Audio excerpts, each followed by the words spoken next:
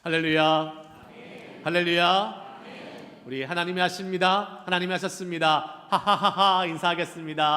하하하하 하하하하 하하하하. 네, 할렐루야. 하나님이 우리의 삶을 지키시고 인도하시는 줄 믿습니다. 아멘. 감기가 많아서 이번 주에 감기로 고생하시고 또 오늘 교회 못 오신 분들도 계십니다. 제가 이러한 말씀 드릴 처지는 안 되지만 이번 주에 저도 감기로 좀 고생을 했는데 그래도 주중에 새벽 기도를 펑크 내고 차라리 주일을 펑크 안 내는 게 더 낫지 않습니까? 이것도 하나님의 은혜인 줄 믿습니다. 아멘. 감기 걸리신 분들 빨리 속히 회복하시고요. 주변에 감기로 고생하시는 분들 위해서 기도해 주시길 바라겠습니다. 내일 모레는 설날이에요. 우리 조국의 설날인데 그냥 넘어가기 좀 아쉬운데 오늘 마침 우리 정진수 집사님 생신 맞아서 귀한 생신 친교를 준비해 주셨는데 덕분에 우리가 설날 기분도 내고 함께 친교할 수 있는 그러한 은혜의 시간을 갖습니다. 여러분 많이 복 빌어 주시고요. 그런 의미에서 우리 구정, 옛날 말로 구정이잖아요. 새해 복 많이 받으십시오. 한번 인사하시기 바라겠습니다. 새해 복 많이 받으세요. 새해 복 많이 받으세요. 더 건강하시고 주님 안에서 복을 누리시기를 축복합니다. 아멘. 자, 오늘도 피해갈 수 없는 고린도전서 암송 말씀, 고린도전서 13장 2절 말씀 우리 함께 읽고 암송해 보도록 하겠습니다. 시작. 내가 예언하는 능력이 있어 모든 비밀과 모든 지식을 알고 또 산을 옮길 만한 모든 믿음이 있을지라도 사랑이 없으면 내가 아무것도 아니요. 아멘. 내려주세요. 자, 한번 우리 암송해 보도록 하겠습니다. 시작. 내가 예언하는 능력이 있어 모든 비밀과 모든 지식을 알고 또 산을 옮길 만한 모든 믿음이 있을지라도 사랑이 없으면 내가 아무것도 아니요. 아멘. 조금 기니까 버벅대시면서 침묵으로 일관하시는 분들이 계십니다. 여러분 이게 목사님이 왜 우리를 이렇게 괴롭힙니까? 라고 생각하지 마시고 말씀을 외우는 것은 우리의 뇌 건강에도 좋습니다. 아멘. 우리 어르신들 치매 안 걸리시려면 말씀을 암송하시면 됩니다. 뇌가 살아날 것입니다. 할렐루야. 아멘. 네. 계속해서 말씀 외우시면서 우리가 하나님의 말씀에 더 가까이 나갔으면 좋겠고요. 특별히 사랑장, 사랑이 없으면 내가 아무것도 아닙니다. 아무것도 아닙니다. 아무리 성경 지식이 많고 아무리 하나님의 능력을 행한다 할지라도 사랑이 없으면 아무것도 아니라는 말씀 믿고 우리가 사랑 가지고 주님의 일을 행할 수 있기를 주의 이름으로 축복합니다. 아멘. 자, 고린도전서 13장 3절 말씀 이번 주에 암송할 말씀입니다. 같이 함께 읽습니다. 시작. 내가 내게 있는 모든 것으로 구제하고 또 내 몸을 불사르게 내어줄지라도 사랑이 없으면 내게 아무 유익이 없느니라. 아멘. 여러분 우리가 아무리 우리의 몸을 내어주고 구제하고 봉사하고 할지라도 사랑 없으면 어떻다고요? 아무 유익이 없대요. 아무 유익이 없대요. 사랑이 충만한 은혜가 있기를 축복합니다. 그 사랑으로 섬기시고 그 사랑으로 봉사하시고 그 사랑으로 교제할 수 있는 우리가 될 수 있기를 소망합니다. 아멘. 자, 오늘 말씀 같이 함께 나누겠습니다. 오늘 말씀의 제목 따라 해봅니다. 에발산의 은혜. 에발산의 은혜. 에발산 들어보셨죠, 여러분?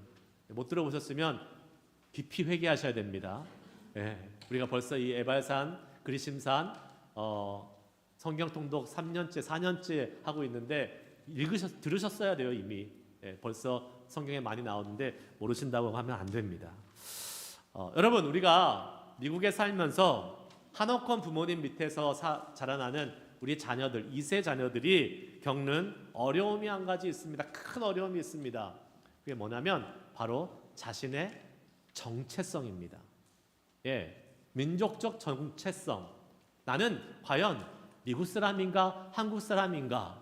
아이들이요 자라면서 아주 헷갈려하죠. 왜 그렇습니까? 집에서는 한국말하고 집에서는 한국 음식 먹고 한국 문화로 지내다가 학교를 가고 사회를 가면 미국의 교육 시스템에서 교육을 받으면서 이 미국 문화에 적응해서 살면서 자기들이 미국 사람인 줄 알고 살잖아요. 그런데 실제로 또 미국 주류사회에 나가보면 거기에서 잘 섞이지 못하고 또 이렇게 어떻게 보면 이방인처럼 취급받는 그러한 모습을 경험할 때가 많이 있습니다.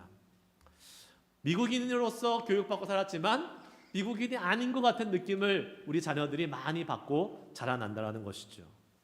저희 아이들 경우도 보면 그랬던 것 같아요. 미국 학교나 어떤 단체에서 리트릿을 갔다가 오잖아요. 그러면 한 3박 4일 동안 미국 음식 열심히 먹다가 옵니다. 근데 집에 오자마자 뭐 달라 그래요? 김치찌개 달라고 합니다. 네, 김치찌개 한국 음식 달라고 해요. 그리고 한국 음식 딱 차려주면 너무나 맛있게 먹는 것을 보게 되지요. 여러분, 이것이 현실입니다. 한국과 미국이 축구를 하면 누구를 응원해요? 한국을 응원합니다. 아이들이요, 미국 응원하지 않습니다. 여러분도 마찬가지잖아요. 한국 응원하게 되어 있습니다. 왜요? 우리 한국인의 피가 흐르기 때문에 그렇습니다. 여러분, 이곳에서 자라나는 2세들이 겪는 정체성의 혼란, 안타깝지만 부인할 수 없는 사실이고, 이것을 잘 극복하면서 오히려 두 가지 이러한 민족성과 정체성을 가지고 있는 것이 더 큰 유익하다라는 것을 알고 우리 자녀들에게 자부심을 심어줘야 될 줄 믿습니다. 저희 아이들은 그래요. 와, 내가 한국말도 할 수 있고 미국 영어도 할 수 있어 더 좋대요. 두 가지 문화를 다 알고 있어서 더 유익하대요. 그렇죠, 그렇습니다. 그런데 이것이 갈등이 되어서는, 혼란이 되어서는 안 된다라는 것이에요. 왜요? 이러한 정체성에 갈등이 있는 한 정확한 인생의 방향성을 갖고 가기가 참 어렵기 때문에 그렇습니다. 그래서 사실 자라나는 우리 2세들 중에서 나의 정체성을 잘 결정하지 못하고 자라는 아이들은요, 커서도 방황하는 것을 많이 보게 되지요. 우리는 어떻습니까? 우리 그리스도인들은 어때요? 여러분은 그리스도인으로서 정체성을 확실히 갖고 살아가고 계십니까? 아멘이시면 정말로 복받은 분들입니다. 그런데 왔다 갔다 하지 않습니까? 우리가 한 주 동안 말씀 생활, 기도 생활 잘하면 나는 확실한 주님의 자녀이고 주님의 영광을 위해 사는 사람이야 라고 생각하고 확신 가운데 살아가다가도 조금만 이러한 영적인 생활이 게을러지면 어떻게 됩니까? 나 같은 게 무슨 주님의 영광을 위해서 살아 하면서 금세 다운되는 것이 바로 우리들의 모습입니다. 심한 분들은요, 이 그리스도인의 정체성의 업앤다운이요, 마치 롤러코스터를 타면서 하루에도 몇 번씩 왔다 갔다 하는 것을 경험할 수 있는 것입니다. 여러분, 롤러코스터 타는 거 좋아하세요? 이제 나이 드니까 안 좋아하시죠? 젊었을 때 좋아했는데. 젊은 사람들도요, 롤러코스터 많이 타면 힘듭니다. 기운 빠집니다. 우리의 정체성이 흔들리고 계속 왔다 갔다 하면 어떻게 돼요? 우리의 그런 믿음의 그러한 어떤 힘이 빠지게 되어 있어요. 그런 의미에서 우리가 확실한 그리스도인의 정체성을 갖고 살아가기 위해서 오늘 에발산의 은혜가 있어야 될 텐데, 그러기 위해서 우리가 필요한 것이 무엇일까 한번 살펴보기 원합니다. 첫 번째 한번 따라해 보시기 바랍니다. 그리스도인의 정체성은 예배에 있습니다. 아멘이세요? 아멘. 오늘 본문 말씀은요, 가나안 땅에 들어가는 이스라엘 공동체에게 하나님의 백성으로서 그들의 정체성을 확실하게 해주는 부분이라고 말할 수 있습니다. 가나안 땅으로 들어가는 이스라엘 백성이기 때문에 구원받았느냐 구원받지 않았느냐 그 문제가 아닙니다. 구원은 다 이미 받은 사람들이에요. 왜 그렇습니까? 그들은 이미 애굽에서 나올 때에 애굽의 죽음의 사자로부터 다 유월절의 은혜를 통해서 죽음으로부터 구원을 받았어요.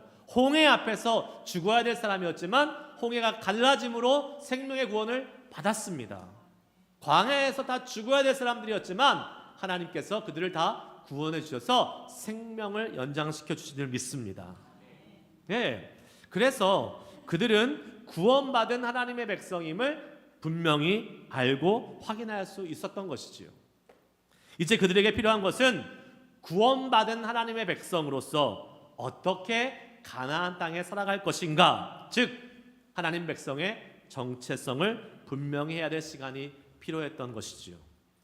그래서 모세를 통해서 요단강을 건너서 가나안 땅에 들어갔을 때에 말씀을 보면 그들에게 언약을 새롭게 할 것을 명령하고 있고 그 장소도 지정해 주는 것을 보게 됩니다. 그 장소가 어디냐면 바로 오늘 본문에 나오는 그리심산과 에발산인 것이죠. 여러분 아까 말씀드렸지만 그리심산, 에발산 한 번쯤 들어보셨어야 됩니다. 처음 듣는 것처럼 아주 신기한 표정하고 계시면 안 됩니다, 여러분. 네. 자, 그리심산과 에발산은 세겜이라는 곳에 위치하고 있어요. 세겜이 이렇게 들어간 분지예요. 근데 양쪽에 그리심산과 에발산이 위치하고 있습니다. 그런데 이 세겜이라는 곳이 중요한 위치를 성경에서 차지하고 있어요. 왜냐하면 예루살렘으로부터 북쪽으로 한 65km 정도에 위치하고 있는데 그곳이 이스라엘 전체 남북의 가장 중앙에 위치하고 있습니다. 그리고 이 세겜은 교통이 아주 잘 발달돼서 남북 동서로 아주 모이기에 편한 곳이에요. 그래서 이 세겜이 이스라엘이 남유다와 북이스라엘로 갈렸을 때에 북이스라엘의 첫 번째 수도로 삼았을 만큼 중요한 위치를 차지하고 있는 것이 바로 세겜이라는 곳입니다. 그런데 이 세겜은요, 이 지리적으로만 중요한 것이 아니라 영적으로도 아주 중요한 곳이라는 것을 우리는 성경을 통해서 알 수 있습니다.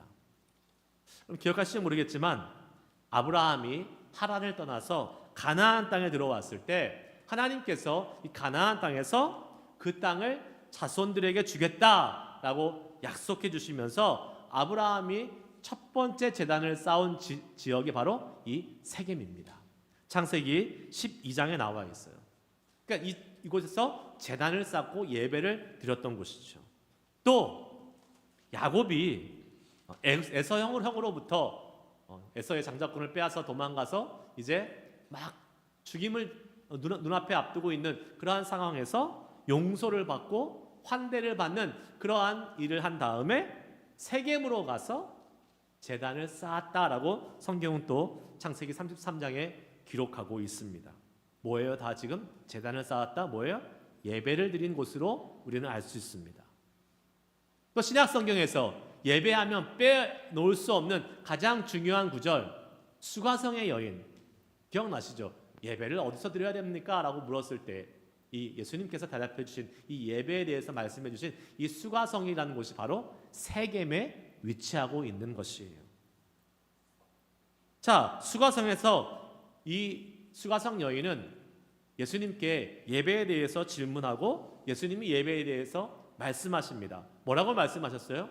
요한복음 4장 23절 34절 말씀 한번 읽어볼까요? 같이 읽습니다. 시작. 아버지께 참되게 예배하는 자들은 영과 진리로 예배할 때가 오나니 곧 이때라. 아버지께서는 자기에게 이렇게 예배하는 자들을 찾으시느니라. 하나님은 영이시니 예배하는 자가 영과 진리로 예배할지니라. 아멘. 성경에서 이렇게 세겜은 뭐와 연결되어 있다고요? 예배와 연결되어 있다는 것을, 예배의 중요한 의미를 담고 있는 것을 의미하고 있습니다. 그럼 무엇입니까? 하나님의 백성으로서 정체성, 그 하나님의 백성으로서 정체성을 갖기 위해서 가장 중요한 것이 바로 뭐예요? 예배라는 사실을 우리는 알 수 있는 것이죠. 세겜을 사이에 두고 그리심산과 에발산에서 축복과 저주의 말씀을 선포하는 것, 이것은 바로 그리스도인에게 있어서 중심이 뭐가 있어야 된다? 예배가 있어야 된다는 것을 우리에게 알려주고 있다라고 볼 수 있는 것이죠. 그런데 여러분, 이 예배를 먼저 들어가기 전에 우리가 이스라엘 백성들이 어떻게 이 그리심산과 에발산에 도착했는지를 한번 살펴보면 큰 영적인 교훈을 깨달을 수 있습니다. 하나님께서는요, 이 이스라엘 백성들을 가나안 땅에 들어보내시면서 곧바로 세겜으로 인도하지 않으셨습니다. 요단강을 건너면서 제일 먼저 만났던 곳이 어디죠? 어디예요? 여리고. 예, 여리고 성을 만났죠. 여러분 우리가 잘 알죠? 여리고성 어떻게 이겼습니까? 열심히 싸워서 전투해서 이겼습니까? 아니죠. 하나님께서 명령하셨어요. 뭘요? 돌면서 돌아라. 그리고 마지막 날에 뭐 하라고요? 소리 질러라 말씀하셨습니다. 함성으로 이겼어요. 하나님께서 명령하신 그 말씀, 그 말씀에 순종해서 그 여리고성을 이겼던 것을 알 수 있습니다. 마지막 날 7바퀴 돌고 소리를 지르자 그 견고했던 여리고성이 와르륵 무너지는 것을 우리는 알고 있습니다.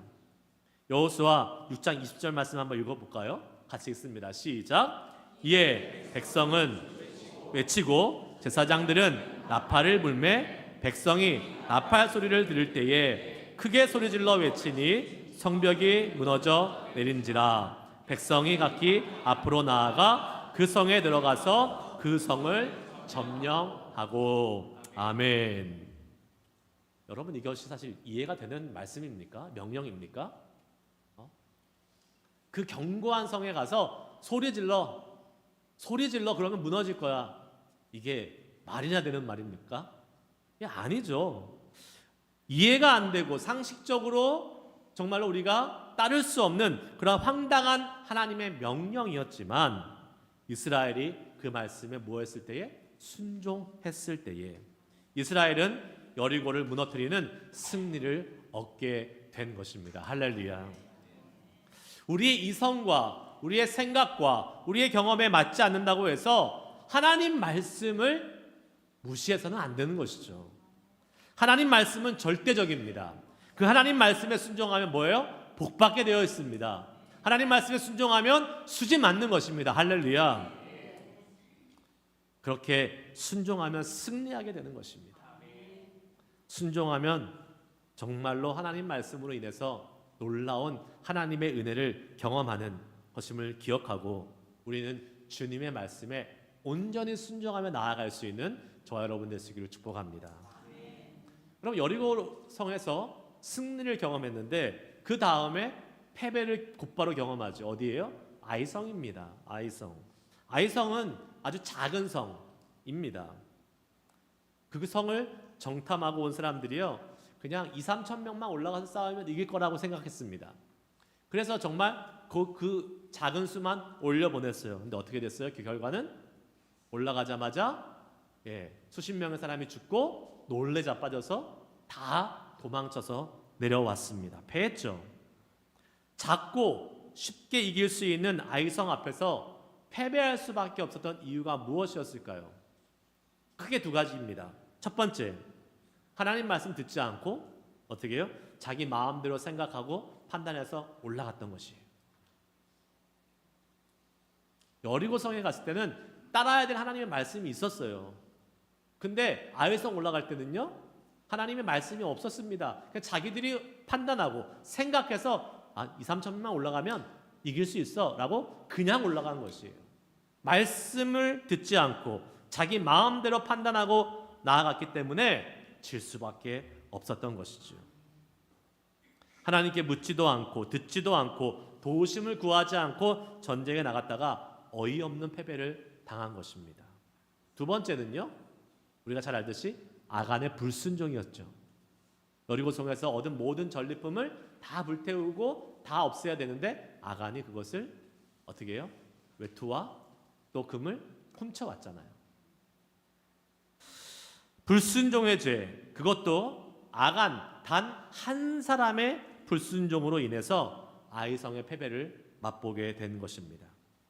하나님의 말씀은 그 말씀에 불순종을 할 때에 그것이 단 한 사람이라고 할지라도 하나님께서는 결코 용납하지 않는다는 것을 우리는 믿어야 될 것입니다.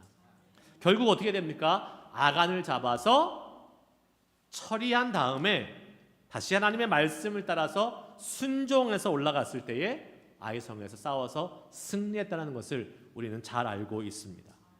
무엇이에요? 하나님의 백성의 정체성은 어디에 있습니까? 하나님 말씀에 순종하느냐 순종하지 않느냐에 있다는 사실이에요.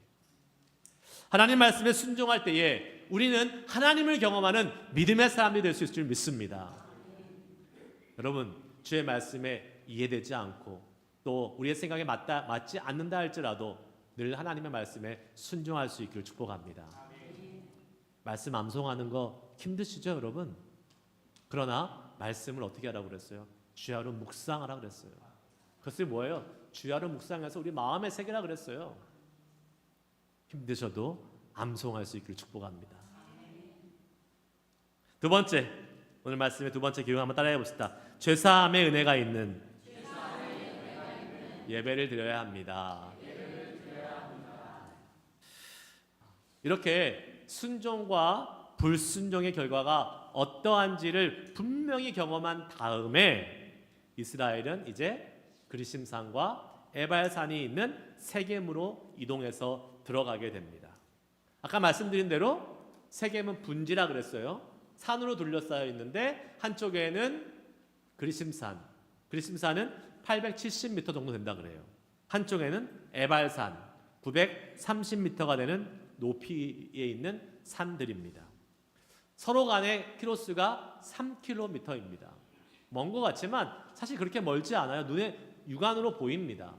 그리고 여러 사람들이 함께 이야기하면 그 육성이 들릴 정도로 거리가 그렇게 먼 거리가 아닙니다.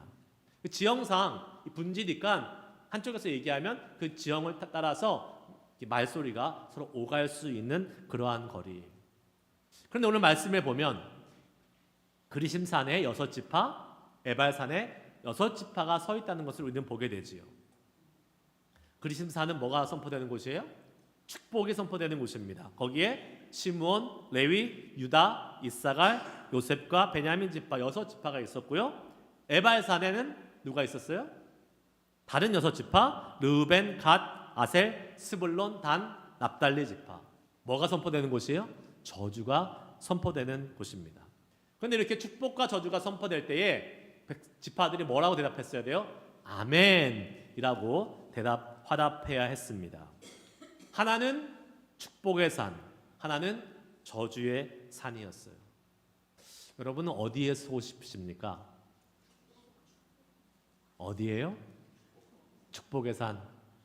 오늘 말씀의 제목은 에발산의 은혜. 네, 왜 그런지 한번 설명해 볼게요. 여러분, 그 당시에 이 이스라엘 12지파만 있었던 것이 아니라 누가 있었어요? 이스라엘 공동체에 속하지 않은 이방인의 그룹들이 있었습니다. 자, 여호수아 8장 33절 말씀을 한번 읽어볼게요. 같이 읽습니다. 시작. 온 이스라엘과 그 장로들과 관리들과 재판장들과 본토인뿐 아니라 이방인까지 여호와의 언약궤를 맨 레위 사람 제사장 앞에서 궤의 좌우에 서되 절반은 그리심산 앞에 절반은 에발산 앞에 섰으니 이스라엘 백성에게 축복하라고 명령한 대로 함이라. 아멘. 여러분, 여기 보면요, 이방인까지 모두 산에 올라가서 서야 됐다고 말씀하고 있는 것입니다. 아니, 이방인이 이스라엘 백성들 가운데 들어올 수 있었어요? 네, 있었습니다. 네, 출애굽하면서요, 많은 사람들이 그 안에 같이 들어왔어요. 대표적인 사람이 누구입니까? 여리고성에 거주했던 기생 라합의 가족들입니다. 이방인이잖아요. 이방인인데도 그 하나님의 백성 안으로 들어오는 은혜가 있었던 것이죠. 우리도 마찬가지 아닙니까? 여러분, 우리 이스라엘 백성이에요? 아니죠. 우리도 이방인입니다. 하나님의 나라, 하나님의 백성 안에 들어올 수 없는 사람들인데 예수님의 십자가의 은혜로 이제 우리는 모두 다 영적인 이스라엘인, 영적인 하나님의 백성이 된 줄 믿습니다. 아멘. 원래 하나님의 백성이 될 수 없는 사람들이었어요. 그런데 하나님의 은혜로 구원받아서 하나님의 자녀가 되었습니다. 자, 우리도 마치 지금 이 여호수아처럼 여호수아가 이방인들 들어와서 양쪽 산에 서라고 말할 때에 어디에 서기 원합니까? 라고 만약에 묻는다면 여러분, 아까 말씀하신 대로 100이면 100 다 축복의 산 그리심산에 서기를 원한다고 말할 것입니다. 그러나 정말 하나님의 은혜를 아는 이방인이라면 우리는 어디로 가야 될까요? 에발산으로 가야 됩니다. 왜 에발산으로 가야 될까요? 에발산은요, 하나님의 심판과 저주가 있지만 그 심판이 변하여 복으로 바뀌는 곳이기 때문에 그렇습니다. 4절 말씀 한번 읽어볼까요?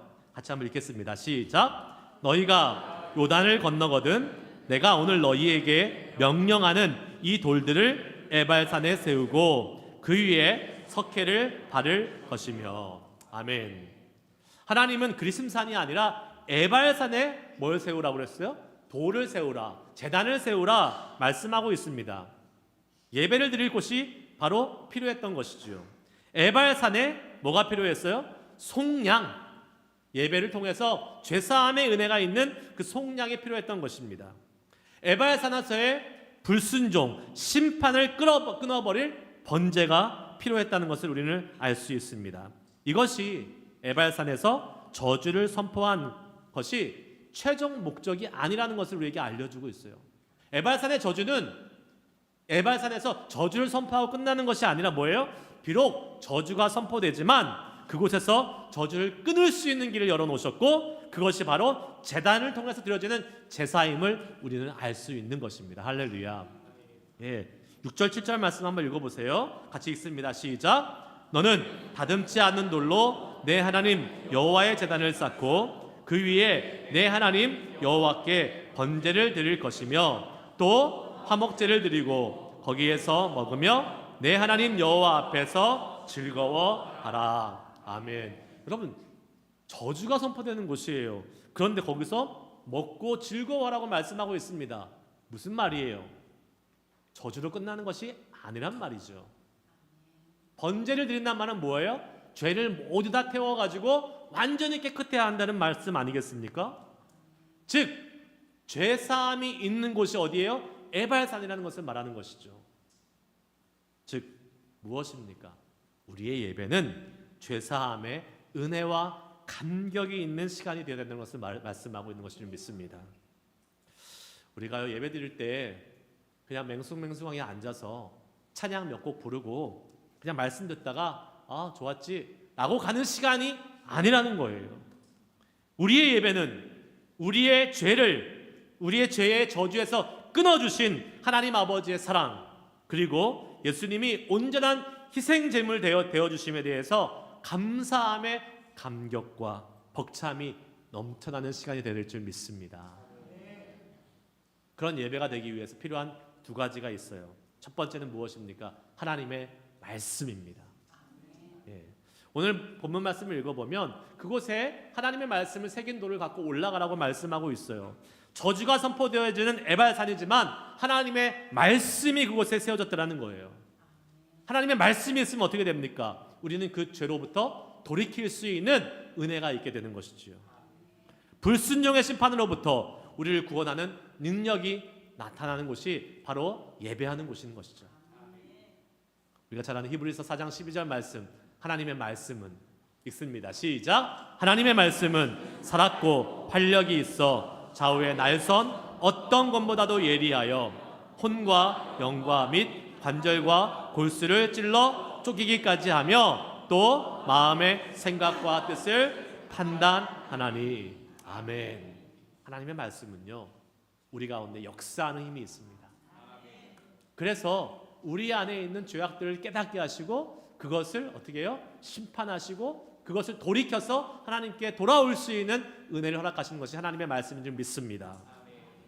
그 말씀의 능력을 믿으시길 바라요. 말씀과 같이 하면 죄가 우리 가운데 살아남을 수 없습니다. 죄를 지적하시고 죄를 깨닫게 하시는 하나님의 은혜가 있기 때문에 그 죄를 해결할 수 있는 능력이 우리 가운데 있음을 믿습니다. 말씀을 붙드십시오.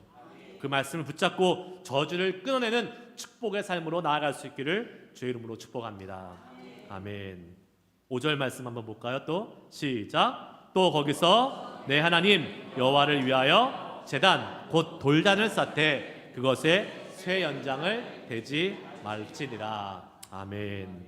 두 번째, 우리가 죄사함의 은혜가 있는 예배 드리기 위해서 우리에게 필요한 것은 바로 우리의 예배가 인간의 인위적인 방법으로 드리는 것이 아니라 순수하고 온전히 사람의 힘이 아닌 성령님의 의지에서 드려야 된다는 것입니다. 여기 보면 돌단을 쌓을 때, 제단을 만들 때 쇠 연장을 대지 말라. 그것을 뭐 예쁘게 하려고 멋있게 하려고 뭔가 꾸미지 말라는 것을 의미합니다. 인위적인 힘을 가미하지 말라는 것이에요. 하나님께 예배 드릴 때에 사람의 힘으로 할 수 없다라는 것을 말씀하고 있는 것이죠. 우리의 예배는 영과 진리로 드려지는 것입니다.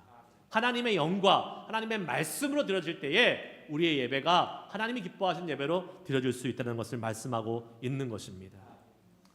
여러분, 예배 드릴 때에 당연히 우리가 준비하고 우리가 항상 좋은 예배, 아름다운 예배 드리기 위해서 우리가 정말 최선을 다해서 준비해야 됩니다. 그런데 그 예배를 억지로 우리가 감동을 만들어내려고 해서는 절대 안 됩니다. 분위기를 만들고 뭐 어떠한 상황을 만들어서 우리가 그런 은혜 받은 것처럼 그런 상황을 만들어내는 데서는 안 되는 것이에요. 그런 의미에서 여러분, 간증할 때 참 조심해야 됩니다. 간증할 때 어떻게 해요? 간증은 무엇이 목적입니까? 하나님께 영광 돌리기 위한 것이 목적 아니겠습니까? 그런데 이 간증을 통해서 어떤 사람을 설득하고 사람을 어떻게 선동하기 위해서 간증을 해서는 절대 안 된다는 것이지요. 만약 그러한 것이 목적이 된다면 그것이 인위적인 것이 될 수 있다는 것이에요. 간증하는 사람들을 보면 많은 경우 성공한 스토리나 복받은 내용들이 많이 있습니다. 어쩌면 인위적으로 골라서 간증하는 것이 될 수도 있다는 사실이에요.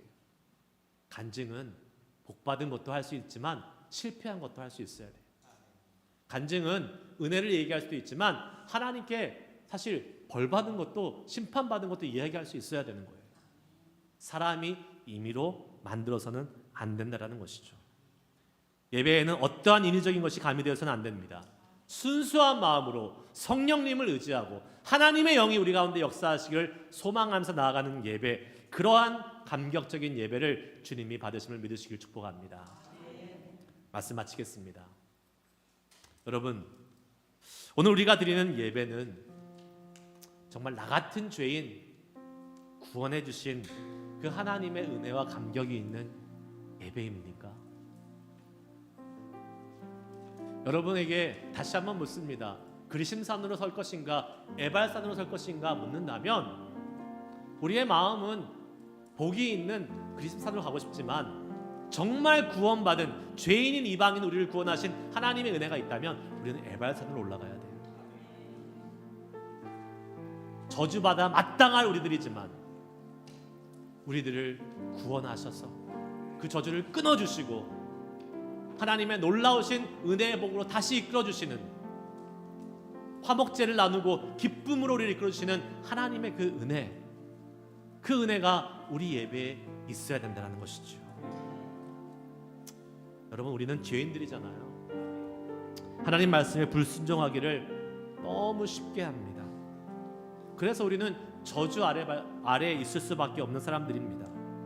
그러나 하나님께서 예수님의 희생제물을 통해서 우리의 죄를 용서하시고 불순종의 저주로부터 우리를 끊어주셨음을 믿으시길 바랍니다. 그 은혜에 감사하시고 하나님이 하실 일을 기대하시고 소망하며 나아가십시오. 우리를 구원하신 아버지의 사랑에 다시 한번 감격하십시오. 그 사랑을 느낄 수 있는 예배 되기를 소망합니다. 그런 예배를 드리는 사람이 진정 그리스도의 정체성을 가지고 살아갈 수 있는 사람이 될 수 있을 줄 믿습니다. 은혜의 감격이 있고 죄사함의 기쁨이 있고 그 주님의 사랑을 깊이 느낌으로써 그리스도의 정체성을 갖고 우리에게 있을 수밖에 없는, 죄로 인해서 있을 수밖에 없는 저주를 끊어버리고 주님이 주시는 복된 삶으로 살아갈 수 있는 저와 여러분 되시기를 주의 이름으로 축복합니다. 우리 시간 찬양하시면서 말씀에 반응하며 기도하겠습니다. 주님, 주님만을 예배합니다. 우리가 주님을 예배할 때에 이 놀라운 예배의 감격과 기쁨이 있게 하여 주시옵소서. 다시 한번 우리가 죄가 있지만 그 죄를 끊으시고 저주로부터 우리를 다시 한번 끊으셔서 주님의 복으로 이끌어 주시고 주님의 기쁨을 회복해 주실 주님을 기대하고 소망합니다. 우리의 삶에 그러한 예배자로 살아서 하나님의 백성으로서의 그리스도인으로서의 정체성을 가지고 살아갈 수 있는 우리 모두가 될 수 있도록 인도하여 주시옵소서. 소망하며 우리 함께 찬양하고 기도하겠습니다. 찬양하십니다. 완전하신 나의 주.